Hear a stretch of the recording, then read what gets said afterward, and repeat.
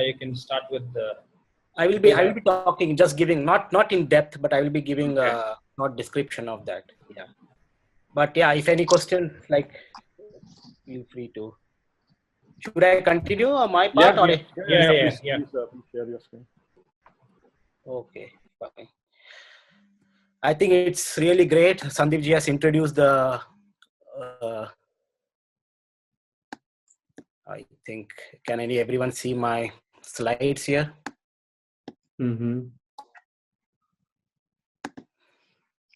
Okay, is it okay? Fine. Yeah. Okay, Kapil ji, I'm like a teacher teaching in the university, so I ask questions. I ask questions and answers. Through that, I do the teaching. So I will ask a lot of questions to everyone. Okay.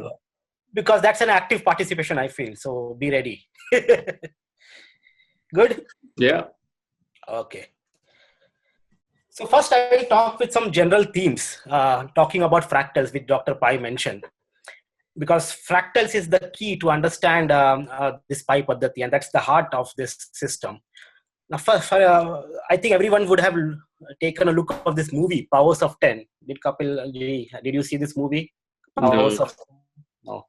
So it was a small movie, like made in 1977, where they introduce, it's a scientific movie where they introduce saying that if you go like powers of 10 above the Earth's surface, what do you see? So first start with 10 raised to power 0. That is what? 10 raised to 0 is 1 meter. So if you go about 1 meter above the ground, for example, they have taken a person sleeping here. It's like there's a nice garden in Chicago and he's just sleeping. Like if you go 1 meter above the ground, you see a person sleeping there, happily enjoying his picnic spot.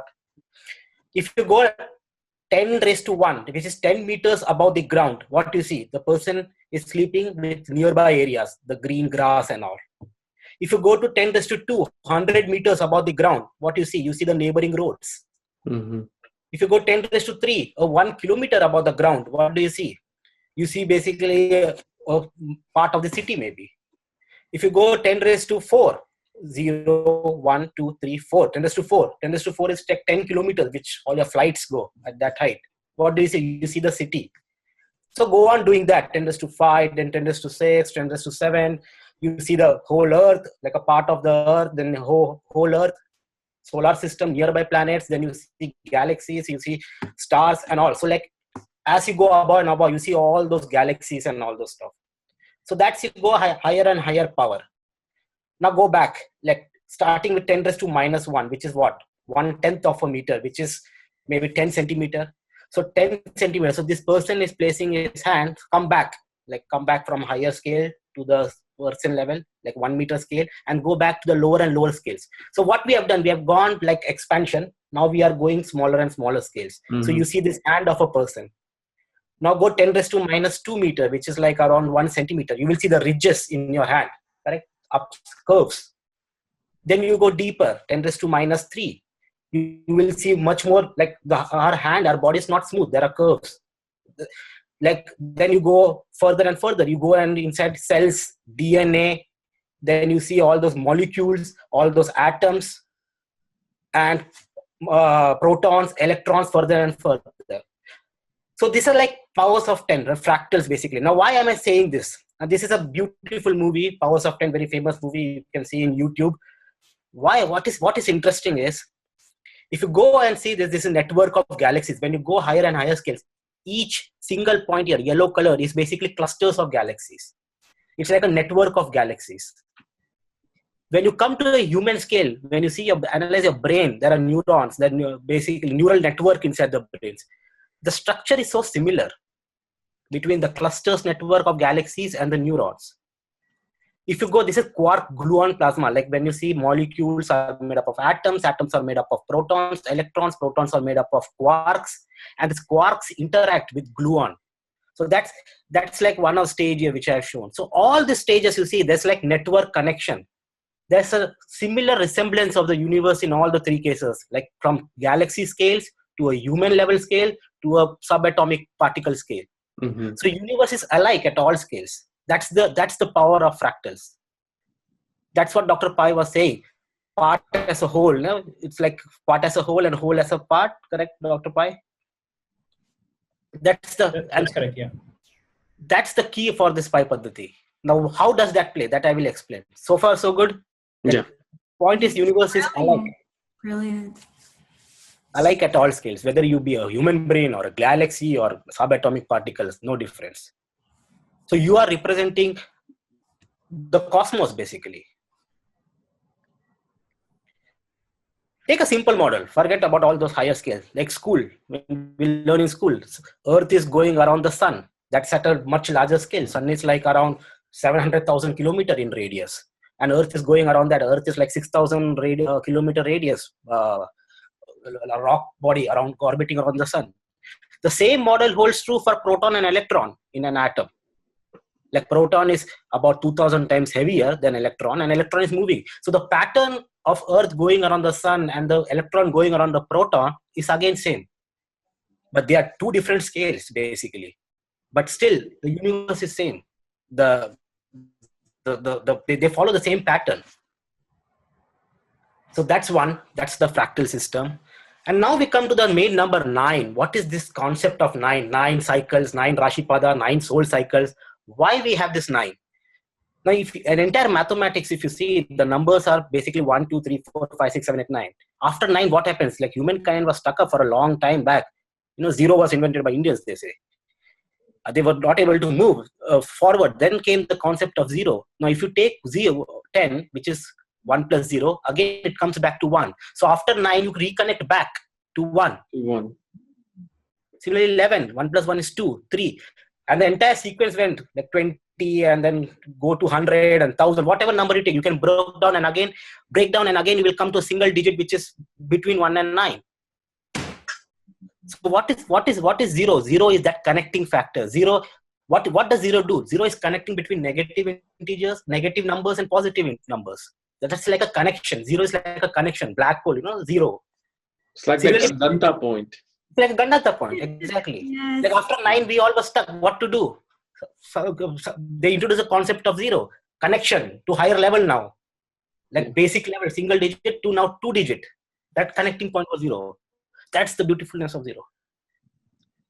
So cycle repeats when the sum of the digits exceeds 9. And this 9 is very, that's why the concept of this 9 is like a complete basis set, which I will be explaining. But this is just by number system, we can see this pattern repeating. So first I explain the fractal, then I explain the pattern repeating. These are the key things for our pi Paddathi. Wow.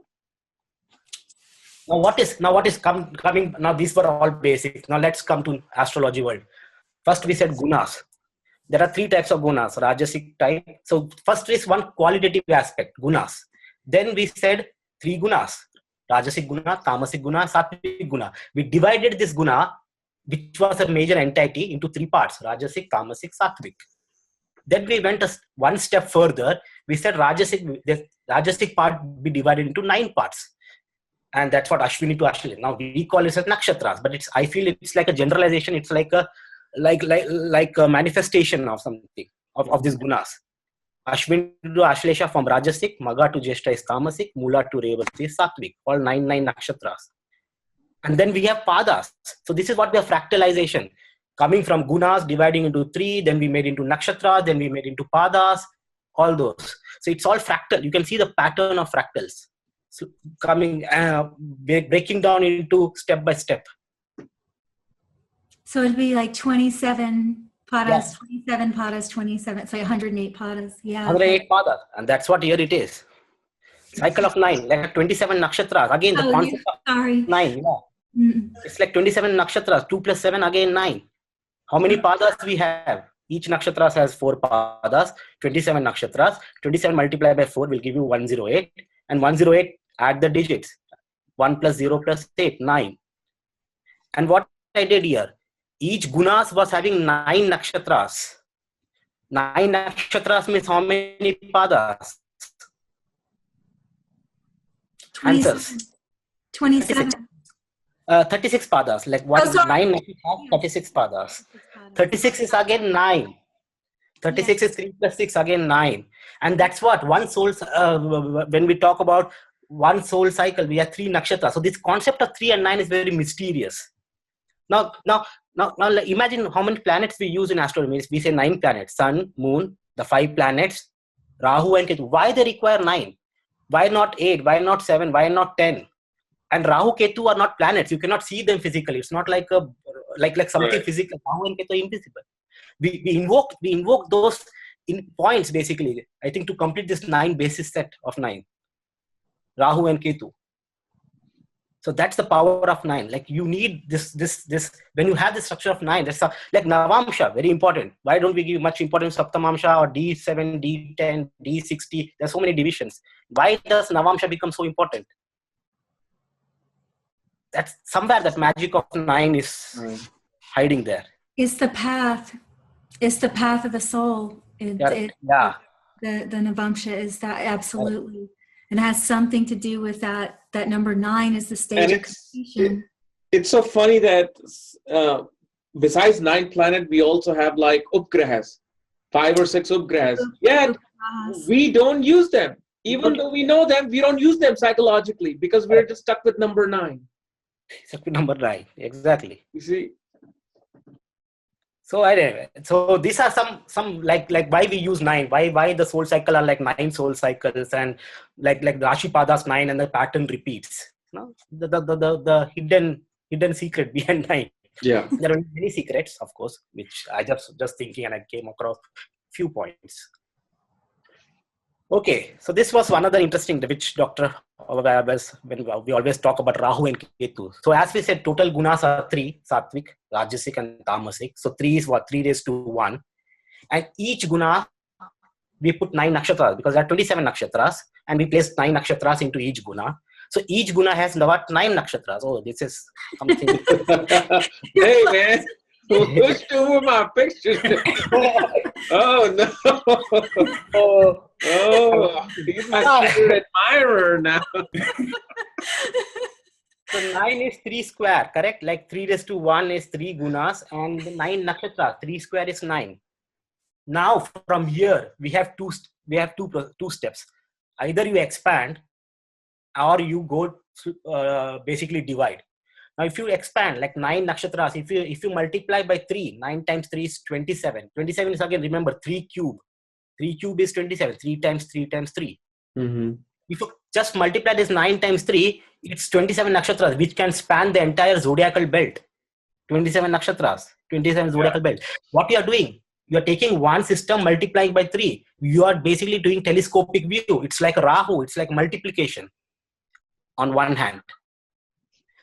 And the other thing, what generally we do, which we are not done this, but it's like we divide each nakshatra into 4 padas. But at the same time, we have heard this concept of Navamash. Like you have Navamash, then you can divide further into 9 parts. If you do that, then this 9 nakshatras, if you divide each nakshatra into 9, that becomes 81. You are dividing. Dividing means you are going deeper and deeper and deeper. That is Ketu, division. What are the nakshatras for Ketu? Magha, Mula, and Ashwani. Mula. What is that Mula? You are going to the root. Origin, the Mula. That's why Mula is given to Ketu. It's division. So going to the root. It's a microscopic view. So telescopic view is like Rahu, and the microscopic view is like Ketu. And we were having a discussion with. And right now Saturn is in Mula. Our karmas are taking us to the roots. Saturn is in Mula, Rahu is in Magha, and Mars is in Ashwani. yeah. All Ketus. We are taking to the root. All root energies. It's really profound. So, and also remember, it's like part in a whole, whole in a part. Rahu is in Ketu, Ketu is in Rahu. It's like both are showing us a different aspects of nature, but they are one and the same. Rahu and Ketu are the same body. Swarbhanu, correct? Swarbhanu was the demon name. They are same body. And if there's a disturbance in one, microcosm and the macrocosm, that's what we call it, microcosm and macrocosm. Like if you want to have good results of Rahu, you should be grounded. Like Rahu will give you expansion. If you are not able to control that, if your ego goes high, if you're not to the ground level, then you are in a problem. You should be having ground feet. Or if your feet should be in ground, you should have a strong hold of Ketu. If without Ketu, your Rahu cannot be. If microcosm is disturbed, macrocosm will be disturbed, and vice versa. it's it's like, no, when we make rice, what we do, if we want to check whether the rice is cooked or not, we don't take the entire rice and check. We just take one or two, and Yeah. then we say, okay, this is cooked. Well, We also, just test the microcosm. Yeah, go ahead. I was just going to say, what you're saying to me sounds really profound, because you're kind of saying not to sacrifice the internal for the external. Yeah. With Rahu, be very Yeah. careful about. Yeah. Anyway, so these are some few basics, but that's why Rahu Ketu dance. That's Rahu right there. That's the real picture of Rahu. Rahu and Ketu. That's what you always say, correct? Rahu Ketu dance. This all is Rahu Ketu dance. Rahu Ketu dance is basically between the the multiplication and division, or the macrocosm and microcosm. That's what the dance is all about. So now I've got to add mathematics to my dance. Come on. I've got to learn math for my dance. Well, you see how well I just scored at math. Yeah. Rest assured, you have to do better. Yeah. Maybe after the session, we may have Kapil ji to have a Rahu Ketu dance maybe for us. Oh man, I'm so tired of that. Yeah, exactly. It's all the world is Rahu Ketu dance. You see, microcosm. No, yeah, that's something. Yeah, that if you look at any chart, any main birth chart or Navamsha, even like if you look at which areas you always deal with on day-to-day basis, daily basis, yearly basis, it's always the houses your Rahu Ketus and you're concentrating. You look at your marriage, Navamsha, wherever Rahu Ketu is, those are the things you discuss with your spouse. Those are the things you deal with. Those are the things that you're always concentrating on. That's it. That's all life is. All the other things are just like playing the small little part to manifest that Rahu Ketu journey. That's an interesting point to Rahu's Multrikon being Karak or Cancer, because I was just thinking about, moon being present moment, Janma, right? Like Dr. Arjun Paiji was saying, it's what you're born for. And off of the moon, we calculate Rahu Ketu. So we have the future extension going out, which is Rahu, and the past, which is Ketu. So the whole dance of our life is between those three forces. That brings me to an interesting point. In the pie map, it gave Ketu Mul Trikon in Capricorn. Oh, that is my next slide. Oh, okay. All right, good you brought it up, because I'm like, yeah, I gotta cover that. Okay, that is my next slide. Yeah. So, of course, now this was a major thought procedure for all of us, like what to give Rahu Ketu, like because there are so many scriptures and people talk so many different exaltation points of Rahu Ketu. So at the present version of the pi map or pi Paddathi, we have used Mool Trikona for Rahu as Cancer, Ketu as Capricorn. Exaltation is 20 degrees for both, but Rahu exalts as 20 degree Taurus, Ketu at 20 degree Scorpio, and vice versa for debilitation. This is what we have followed for the current version. Okay. Of course. Now there are issues. There are like it was a big decision, like what to do, like what to use, because there are so many versions available. Like Rahu co-rules the Aquarius sign. So yes. Wouldn't that be also considered? Yes. We have put Rahu as the own house of Rahu as Aquarius. And own house. Okay, I see. And own house of. They both have a connection to Shani signs. That's just fascinating. And Ketu own house we put as Scorpio. Actually, I should have put up that. But own house for Rahu is Aquarius co-lord, and co-lord of Scorpio is also Ketu. So Ketu also rules Scorpio. So we have that. So that's Mool Trikona as Cancer and Capricorn, but own houses Aquarius and Scorpio respectively for Rahu. Okay. So this is what we are following for the current pi map or pi Paddathi version. Yeah, I just want to say here that you can use the same pi Paddathi techniques for other schools of thoughts for Rahu and Ketu as well, and that can be a research point. That's actually something we are working on as well, looking at other Multrikon positions, other exaltation positions, and see how it fits. So yeah. But you guys came up with this pretty much after seeing many charts and just seeing, okay, it's working. Yeah, it seemed to be working. We are also looking at other techniques also. It seems to be working fine. Even other techniques, you're getting a different flavor, but this one definitely works. That's for sure. And it's funny how Rahu Ketu are about to come into Cancer Capricorn too. Oh, yeah. Like by middle of this year. See, one thing what I've seen, Kapil, I don't know, you might also be able to add some. Rahu and Ketu both perform very well in Mercury Rashis, Venus Rashis, and Jupiter's Rashis. Mercury, Venus, and Jupiter, they work best. Yes, I agree with that. So you can take all of that. Mercury, Venus, and Jupiter Rashi. Yeah. Okay. Ketu especially in Jupiter, Mercury and Venus in Rahu. Okay.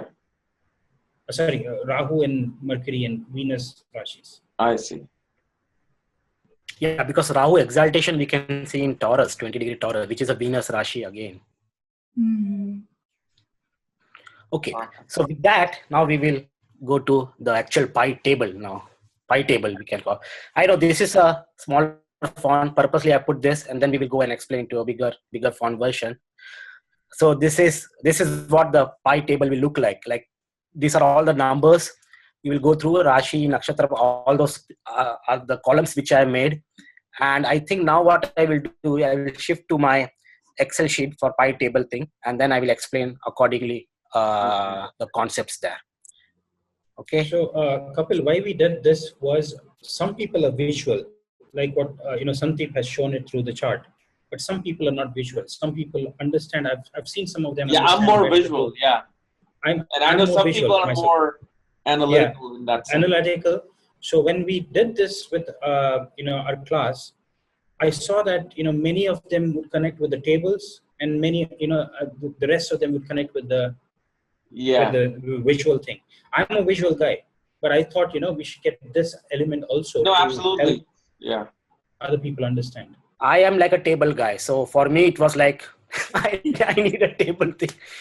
So, they're both really valuable. Of course, Mr. Astronomer, mathematician, genius guy. So I think the table is clear and visible. Yeah. Okay.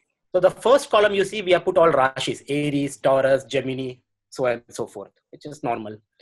Nakshatra Pada, what we had: Ashwini Pada 1, Ashwini Pada 2, Ashwini 3, Ashwini 4. Then we go to Bharani 1, 2, 3, 4. Kritika 1, 2, 3, 4. Like that, all 108 Padas separately we have put in the second column. Then this is the Rashi Lord. Rashi Lord this is all Aries. So the Rashi Lord becomes Mars. So that's why Mars. From here it starts Taurus, so it becomes Venus, so on and so forth again. On comes the Nakshatra Lord. Now this 4 is Ashwini. Ashwini Nakshatra Lord is Ketu. When you go to Bharani, which is Venus, so Nakshatra Lord is Venus. Kritika is Sun, so on and so forth. Navamsha Lord. Now see, we are going Rashi to Nakshatra to now Rashi Lord, Nakshatra Lord, and Navamsha Lord. Yeah. Navamsha, Ashwini Pada 1 comes in Aries Navamsha. Yeah. The Lord of Aries is Mars. Then Venus, then Mercury, then this is like Cancer Navamsha, so Moon, so on and so forth. You repeat basically for each. Purushartha is Dharma Artha Kama Moksha. Then the pattern repeats: Dharma Artha Kama Moksha, Dharma Artha Kama Moksha. So we have just put Dharma Artha Kama Moksha. Then comes again Dharma Artha Kama. We are not using that, but that will be like a later future versions. Okay. Now comes the soul cycle. Now first thing which Sandeep explained was about the soul cycle. The soul cycle is what? We are clubbing 3 nakshatras and calling that as one soul cycle, first soul cycle. So what are the first 3 nakshatras? Ashwini, Bharani, Kritika. So that's why you have number 1 for Ashwini, Bharani, Kritika. Okay. Soul cycle is 1. Then comes the next 3 nakshatras. Which are the next 3 after Kritika? Rohini, Mriga, and Ardra, which is the next 3. That's why we have divided 2. So that this is soul cycle 2 for the next 3 nakshatras. Okay. Then comes after Ardra, Punarvasu, Pushya, Ashlesha, which forms soul cycle 3, so on and so forth. That's why 27 nakshatras will have how many soul cycles? 9. Because you're grouping 3, 3, 3, 9 soul cycles. That's why we are fitting that 9 concept of 9 coming in. So we are grouping 3, 3 nakshatras and calling that soul cycle is defined as by grouping 3 nakshatras at a time. Okay. Now for Rashi Pada, what you do, you just put 1, 1, 2, 3, 4. So you're giving the pada number 1, 2, 3, 4, 5, 6, 7, 8, 9. After 9, the pattern repeats. So again, it becomes 1, 2, 3, 4, 5, 6, 7, 8, 9.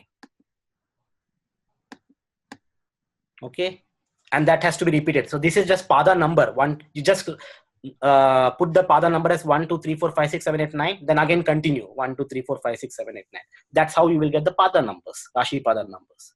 Okay. Now comes here. This is nakshatra lord. NL is nakshatra lord own. Now what is the nakshatra lord of Ashwini? Ketu. What is the own house of Ketu? As we define, own house of Ketu is, we have taken a Scorpio. Yeah. Scorpio. Okay. So that is what Scorpio. Now when you come to Bharni, Bharni's nakshatra lord is Venus. Venus. Venus has what signs? What two signs Venus owns? Taurus and Libra. Taurus and Libra. So that's why Taurus and Libra. Kritika. Nakshatra lord is Sun. Sun is the lord of Leo. So that's why Leo. So and so forth. You can do that. Okay. Okay. Now how do we define this number 8? So if you put Ashwini Pada 1 in the ascendant, where does Scorpio falls? 8th house. That's why 8. Where does, if you put Bharni as ascendant, where does Taurus and Libra fall? 2nd and 7th house. That's why 2nd and 7th. Okay. Similarly, if you put now Kritika, now this is interesting. Kritika Pada 1, if you put in ascendant, where does Leo falls? It's 5. 5. Now if you put Kritika Pada 2, Kritika Pada 2 comes in which Rashi? Taurus. So if you put Taurus in the ascendant, where does Leo fall? 4. That's why the number 4. You got this? That's where you're going to get your cooks. Yeah. Your chefs. So these numbers, how we define is we put this nakshatra, like the column B in the ascendant, and then we check where these Rashis fall. That's how we define. So far so good? Everyone with me? That's all. So that's nakshatra. So that's the house of the nakshatra lord. Same thing you do for Mool Trikona. Now the nakshatra lord for Ashwini is Ketu. The Mool Trikona of Ketu. Oh my goodness. So sorry about that. Let me pause it. I have a house full of cats. Let me check on them. One minute. Oh, they're fighting. Please continue. Okay. So we had 2 cats to fought early on. Now they're friends. So if we take the Mool Trikona of the nakshatra lord is Ketu, the Mool Trikona of Ketu is Capricorn. Correct. That's what we have assumed for this Paddathi. Where does Capricorn will fall if you put Ashwini Pada 1 in the ascendant? It will be 10th house. Yeah. Similarly, here it will change. Like for example, if you take Kritika, like nakshatra, the Kritika Pada 1, nakshatra lord is Sun. The Sun Mool Trikona is Leo. Mm-hmm. So if you put Kritika 1 in the ascendant, Leo will be in 5th house. That's why the 5th. But if you go to Pada 2 of Kritika, Pada 2 of Kritika is, remember, it goes in the Taurus. Taurus. So it'll be 4th house. 4th house. So and so forth. Same thing you do for exaltation signs of this nakshatra. Same thing you do for debilitation signs. Okay. Yeah. This actually makes just as much sense as the. Yeah, exactly. I get it. So now if you ask me, if you remember, like for example, if you give me an ascendant, if you know anyone's ascendant, nakshatra and pada, can you quote an example, whatever comes in your mind? Just look at pada 3 again. Pada 1 again, sorry. Who? Which one? Bharni Pada 1. Bharni Pada 1, if you take, then this is the row. That means soul cycle 1, Rashi Pada 5, 2 and 7 own house, 7, 12, 6. These are the houses that it will play a role. Simple. So from just by using the nakshatra and pada, this table will give you like the series of number which you want to use. Okay. Any other ascendant, or you can take ascendant or whatever, but any other nakshatra and pada, Kapilji? What about Taurus ascendant and No, I want nakshatra and pada, if you say. What is it? Nakshatra and pada. Oh, you can do Magha Padha 4. Magha Pada 4. So Magha Pada 4, that means 4, 4, 4, 6, 4, 10. So the 4th, 6th, and 10th house. Very important. Okay. So this is what exactly what Sandeep ji mentioned. The table is like a ready reckoner, basically. I see. That's it. Now you can see, okay, flavors and all, which he was discussing about debilitation and all that, we can use it. Now, as he was mentioning, so this is the concept which he explained. Now, that was second layer, which I'm just introducing, which we will not talk about. For example, just take Aries. Now, Aries has got something special for 3 planets. What special? It is, and I give you a hint, Mars, Sun, and Saturn. What happens to Sun? What happens to Saturn? What happens to Mars in Aries? One gets debilitated, exalted, and Multrikon. Exactly. This is what. So here the column is in this II. This is I square, basically. I square of Multrikon. So which planet gets Multrikona? Mars. Mars is Multrikona from Aries 0 degree to 18 degrees. 0 degree to 18 degrees means all first 4 padas of Ashwini and 2 padas of Bharani. And if you put Mars, so Mars is the Multrikona. Now remember, the Mars has got the Multrikona of Mars is Aries. So if you put Ashwini Pada 1, where does Aries fall? 1. So that's why the first number is 1. Mm-hmm. The Mars, where it exalts? 10th house. Because it's Capricorn. So 10th house. So the 1/10. And where it debilitates? Mars debilitates in Cancer, which is 4th. If you put Ashwini Pada 1. So that's why. Now coming back to here, now this column is for exaltation planets. As you said, the exaltation is for Sun is an exalting year. Sun exalts at 10 degree. So that's why 10 degree is Sun. Sun's Multrikona is Leo. So that's why 5th house. Because if you put Ashwini Pada 3 Aries in ascendant, Leo will be 5th house. Yeah. So 5 and 7. Similarly, do for Saturn. Saturn is debilitated here. So Multrikona of Saturn is Aquarius. Aquarius will fall in 11th house. If we put Bharani as the ascendant. So remember, you have to always put this column B as the ascendant and then calculate. Yeah. So this is basically 11 and 7, 1. So this is like additional effects. This is an additional layer which we don't have right now, but something to think of. In future, we have that. Okay. So this is what we have done for all the table, all 108 padas. So this is what it is.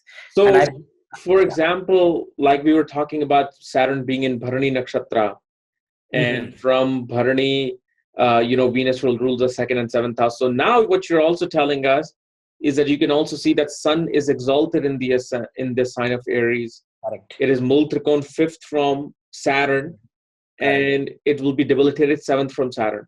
Yes. So knowing this dynamic, I mean, what would you say to somebody if they had this dynamic going on? So we can say, okay, the Sun, so basically it's like, for example, let's say Sun is like 7th house effect. So you may have certain problem from the government, because remember, when Sun is in the 7th, or Sun has got 7, then there's a problem with the government, and maybe he may land into some issues. Okay. Like for example, government business issues, something he must be running business, government will interfere and all. So you have to take the Karkatvas of planets and then join it. Okay. I want people, this is really advanced, going advanced, right? Now, imagine if any planet is even transiting this pada, where the Sun gets exalted. And imagine you do not have any planet there, but still there would be some influence which would be experienced during, some planet transiting through the exaltation point of Sun. Okay. These are advanced concepts. I do not want to bring them now, but just keep it at the back of the mind. Right. Just imagine this as some trigger points, like a bindu. You're talking about the destiny point. Yeah. So something like that. These are concepts which get activating. So suppose you're running the dasha or mahadasha or antardasha of a particular planet, and if you have certain planets transiting their exaltation point or debilitation point, it is going to impact and the person is going to feel. So this is the concept that Aditya was showing us with Saturn and Sun. Yeah. That's Yes. only for transit, or Influence, right? for transit? So you can use it for anything. You can use it for Anything. transit. You For can transit or transit anything. also. So if I'm looking at somebody's and I see that from Bharani, Saturn, Venus is exalted in the 12th house, debilitated in the 6th house. But I also then see that, okay, Sun is debilitated in the 7th house. So I can see that as much as they may get they may have good business going on or good partnership, but there could be ego problems there as well. Yes, exactly. You got it right now. Okay. But I don't want to bring this, but it's called the invisible influence. That's what Sandeep has termed the name invisible influence. Invisible, yeah, kind of like the superimposing of Navam. Superimposed, Like, exactly. yeah. Right. But Yeah, this will it's like, confuse. This might yeah, confuse many people. That's why we didn't want to really bring this. But some people who really understand, I think they will get the hint. No, I get it. How Sun is exalted in the ascendant, so even though Saturn is debilitated, one will find the vitality to take care of themselves. Right. Okay. Exactly. Right. I will say for the beginner, first use Soul Cycle and Rashi Pada. Yeah. Don't go beyond that. Yeah. Right. Be comfortable, then go to this columns. Be comfortable, then go to this. This column, that's the advanced one. Yeah. Right. That's one. So, yeah, the invisible influence is basically the idea is that no matter you have whether you have the invisible influencing planet there or not, the invisible influence will definitely be there. Okay. So like exalted in Pada. Yeah. Exactly. So the Sun is exalted in Pada 4. You have a planet there, then Suns will be there. Sun's invisible influence will be there. Okay. That's the whole idea of invisible. See, Kapilji, you got a house, for example. You got a house somewhere. You gave it to me and said, suppose you got a house in Washington, D.C. Fine. Yeah. You go away from Washington, D.C. You give me as a rent, like I'm staying in your house as a rental. Yeah. But you will have influence in that, correct? You're not living, you're collecting rent and you are still owning that house. So you will have control over that. People coming into my house and all those things will have certain influence. You will have the influence on them. Absolutely. So that's how it is. That's Do you understand? Because that's a beautiful example Aditya said. You own the house, and if somebody is there, you still have your influence there. Even though you might not be living in Washington, D.C., you have rented it out. You might be living in, say, New York, but you still have some element of control over your house. Okay. Yeah. Do you see that? Because, you are the legal owner. Absolutely. That's the same concept. So if Mars is a Mool Trikona of Aries, Mars is in the Aries in the ascendant where Saturn is. So, but the thing, Kapil, you also remember is not the entire Aries is Moola Trikona.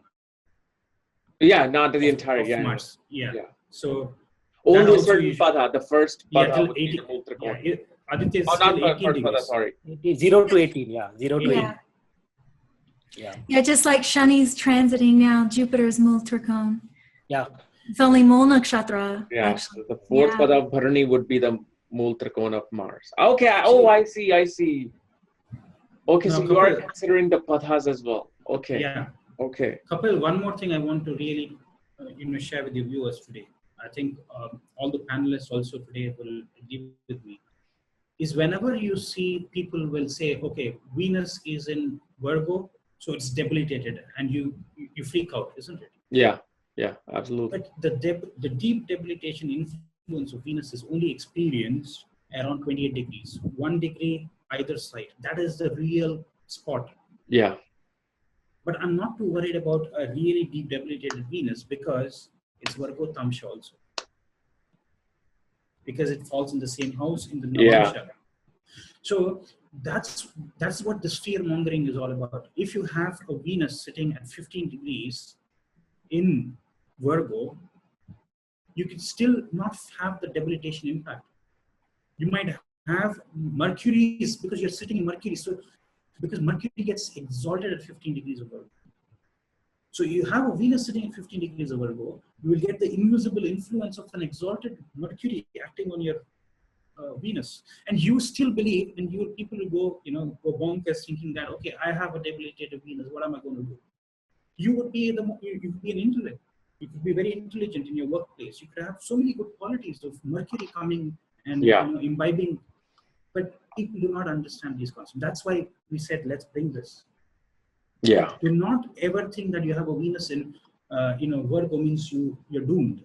Think about Indra Falguni, Dr. Arjun Paji, because it's a wedding. It's Shiva and Parvati. So how would Venus be so? I have that example coming up soon. Oh, that's amazing, because I've seen that's fine, and even in Chitra it does fine. It's an astronomical reason too for it. Yeah, absolutely. That's why this system is going to actually remove all of those cobwebs. Yeah. That's saying that if you have a Venus and Virgo anywhere, it's debilitated. No. I wanted to ask Satip on this. The cycles that we have 1 through 9. Right. Have you tried using numerological energy as well? Like 1 is Sun, 2 is Moon, 3 is Jupiter. Right. Thought about that. So far, an interesting thing. One idea which we played around with is which cycle is associated with which planet. So can you make 1 as Sun, 2 as things like that? Or can you even make, do you need to even consider the planets following the Vimshottari Dasha pattern? So like 1 is Ketu, second is, same Nakshatra Lord pattern. Oh, okay. That is another thing. So that is another point of research for sure. And definitely I thought about numerology for sure, definitely 100%, because I was thinking more along, you already have a nine cycle thing in numerology. Yeah, because numerology is 9 cycle. Right. So that's definitely a point of research. You hit that.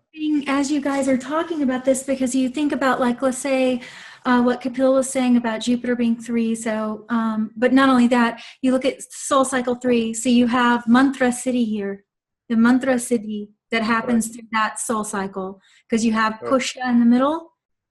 Right. And you have Ashlesha, who's also connected to a different kind of mantra siddhi. And that's the third, which could be Mercury, if you were going to just do like 1, 2, 3, like in the, and look at that, like the house rulership, like, or indications of the 3rd house. But even thinking of Jupiter, because Jupiter owns, Jupiter Brihaspati owns Pushya, not the planet.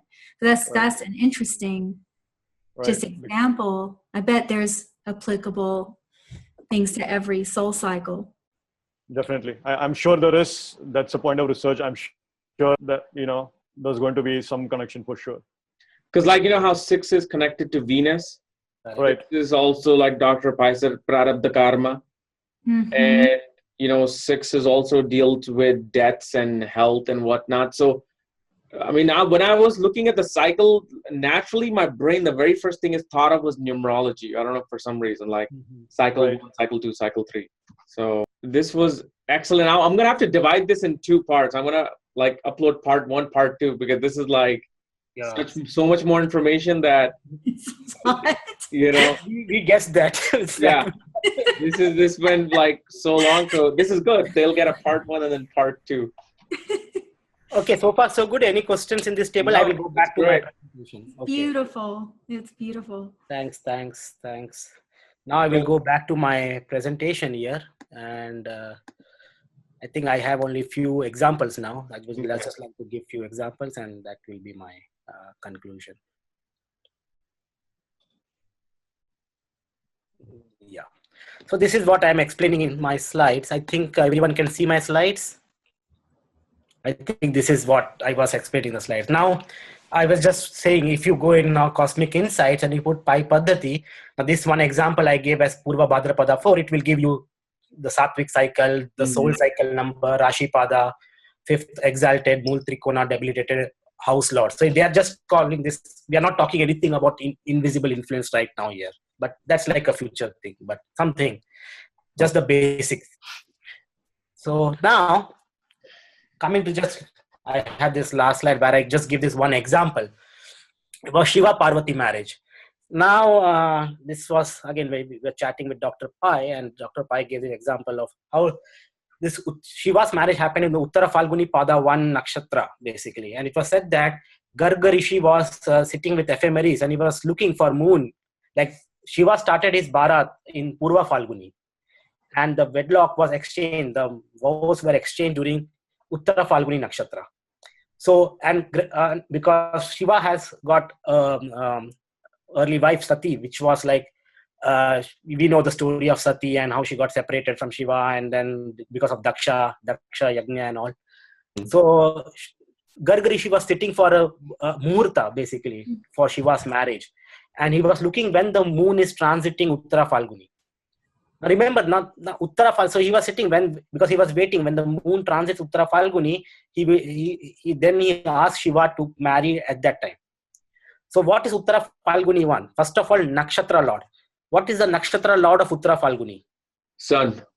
Now, Sun is basically related to Shiva, I feel. Now, I was talking to Sandeep, and he always says that in Kerala, people assume that Sun is like Shiva. For example, now consider this pattern of nakshatras. What nakshatra has got the deity Brahma? Rohini. Rohini is Brahma. Rohini number is 4. You add 9 to it. See, 9 is a very mystical number. Add 9 to it. Which nakshatra you come in? 4 plus 9 is 13. 13 is Hasta. Lord of Hasta is Savitur, the sun god. Yes. So sun is related to Shiva always. Lord of sun is, because now you add 9 to Hasta. Where do you go? If you add 9 to Hasta, 13 plus 9 is 22. 22 nakshatra is basic. 22nd nakshatra is Shravana. Who is the deity of Shravana? Vishnu. So it's Brahma, Shiva, Vishnu. Brahma, Shiva, Vishnu. So this is Rohini, Hasta, and basically Shiva, Shravana, Vishnu. If you put Rohini in the ascendant, so it's like 159 basically. That's what I was saying. Like 2, Rohini is second Taurus ascendant, correct? You put Rohini. What is a sign in 5th house? If Rohini is the ascendant, what is the sign in 5th house? Virgo is Hasta. Yes. Hasta is Shiva sitting there. So you have Brahma sitting in the ascendant, Shiva in the 5th house. What will be the sign occupied in the 9th house? Capricorn, Shravana, Vishnu sitting there, 159. According to Nadi concept, 159 is like, they are same, correct? The same mentality. Nakshatra Lord will be, yeah. So that's why I associate Hasta with Shiva, the sun with Shiva. Well, sun's a natural Atmakaraka, so. Yes. Yeah. Now he associate Shiva with sun, but then most of us have grown up thinking Shiva is associated with moon. Because he know how he took the piece of the moon, and he always, the symbolism of moon is there because he wanted to represent the moon. So that's why Shiva is like Atmakaraka. All the sun nakshatras are Shiva, Trimurti principle. Okay. Yeah. And this is from the nakshatra concepts. The nakshatra. Oh, nakshatra. Okay. Yeah. Not from the mythological. Oh, not mythological. Okay. Because I thought like mythology also. Mythologically, he is connected to the moon because of the crescent moon on his head. Yeah. So Shiva is more, connected to that. Right. Also the nakshatra. Yeah. Right. Also, the source of moonlight is sun, so that's another way to look at that also. Okay, so Shiva is sun. Now he is Uttara Falguni sun again. He marries at Uttara Falguni Pada 1. Pada 1 comes in which Navamsha? Scorpio Navamsha, I think. It comes in Dhanu. Dhanu Navamsha. Dhanu Mula. Sagittarius. Yeah, nakshatra. Yeah. Mool nakshatra. Oh, okay. Dhanu Navamsha. Dhanu Navamsha has got what? Mool nakshatra in it. What is the deity of Moola? Kali.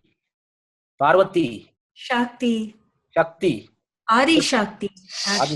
Shiva and Shakti. That's why Uttara Falguni Pada 1. Like, there are so many reasons to believe that why Uttara Falguni Pada 1 can be considered as a timing for Shiva. So that's why we can say Uttara Falguni Pada 1 is like the timing of Shiva's marriage. Now once we get Nakshatra and Pada, these are the typical from the Pai Paddathi map. 491193. Now this concept of 4 basically. Now what is like for let's say for example number 9. Number 9 is a legal marriage. As Dr. Pai, we were having a conversation yesterday. Legal marriage happening. All this number 9 represents that 9th house.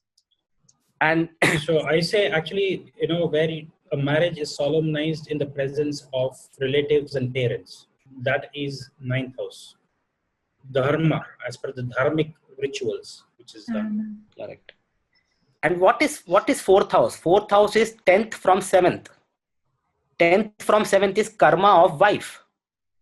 Karma of Parvati. Now, what did Parvati do? She did a lot of penance, correct? Like Shiva was not ready to marry. She did a lot of penance, and then it's a karma of Parvati is getting fulfilled there. Shiva is the karma of Parvati. Basically, we can say Shiva is the karma of Parvati. She's doing penance. She's doing rigorous penance to make Shiva as her husband. 4th, again, because karma of wife is basically 4th house. 7th, 10th from 7th. And again, 3. Now, what is 3? 3, I was thinking, debilitation. Now, when we come to debilitation, now, of course, Mool Trikona, now 1 is like self-individual and all. No doubt, Shiva is definitely the personality, self-godhead and all. Now, debilitation 3. What is 3rd house? 3rd house is 8th from 8th. 8th from 8th. What is 8th house? 8th house is wife's inheritance. Death of wife's inheritance. We know Shiva is like what? Shiva is like, I don't think he has got any inheritance. He's like mendicant.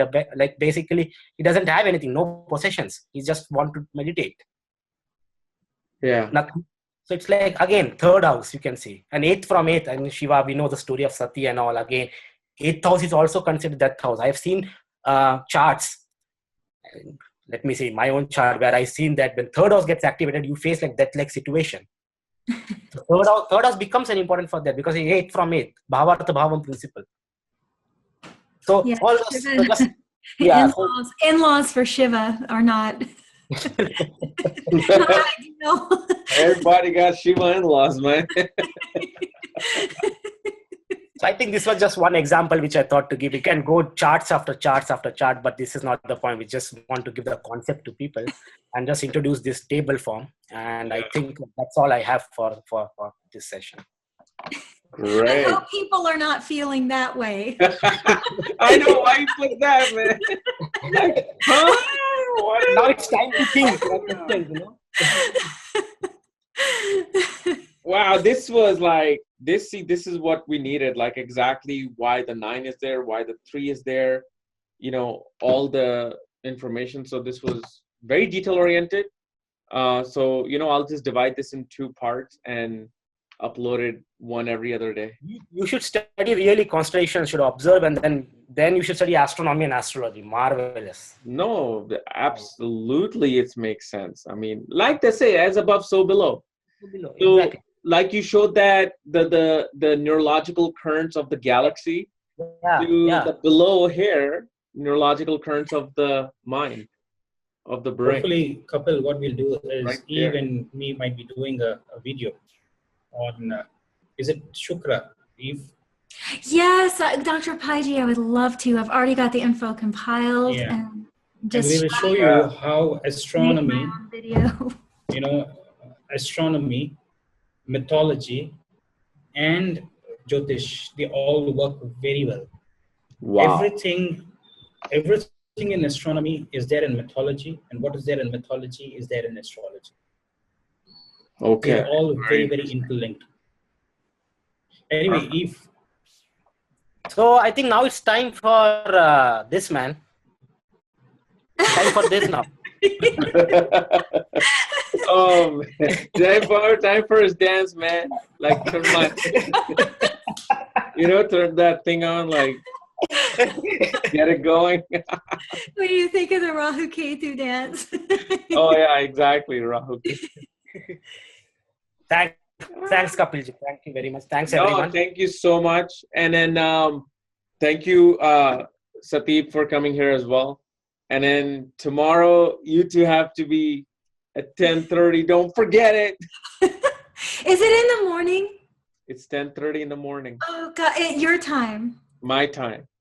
East Coast. May So the you Lord better like drink coffee, like straight up. Just ask him for a double shot espresso. And what we can do, Kapil, another time we will do the last bit, which Eve has to, do it. Maybe you can get this. Oh yeah, I prepared something, but I feel, this is perfect. It's digestible. Okay. Mine's almost like a pulse, and I don't want to lose. It's too much time.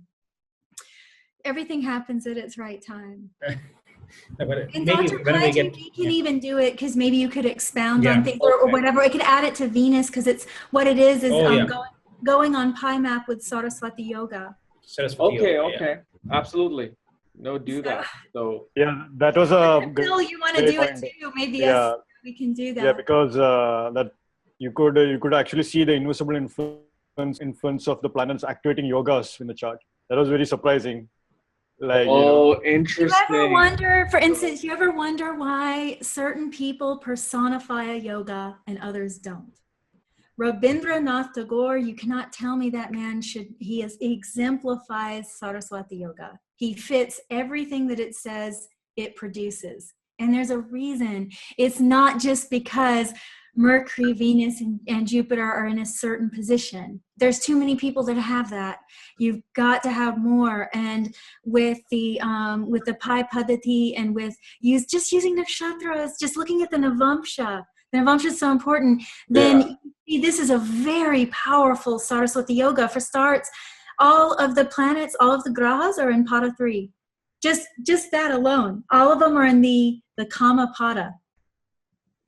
All of them. And I would explain that further, but it's such a strong yoga in his case. And he's got Revati Lagna, where Venus is exalted, in the degree that Venus is exalted. Wow. He's got classic moon, in the 5th house. He's got the classic setup for it. It's beautiful. But we'll do it when the time is right. Yeah. No, that's great. No, we'll do that for sure. Maybe you can just come like later on sometime and just show us like yoga activation through Pi Paddathi. Like you can collect more evidence and then just come. So great. Thank you so much, you guys. And I'll see two of you tomorrow morning. Namaste. I'm gonna dance right now in the bedroom, so great. I gotta get my bed pleasures going, man. Get me going, man. Exaltation Venus. Exactly.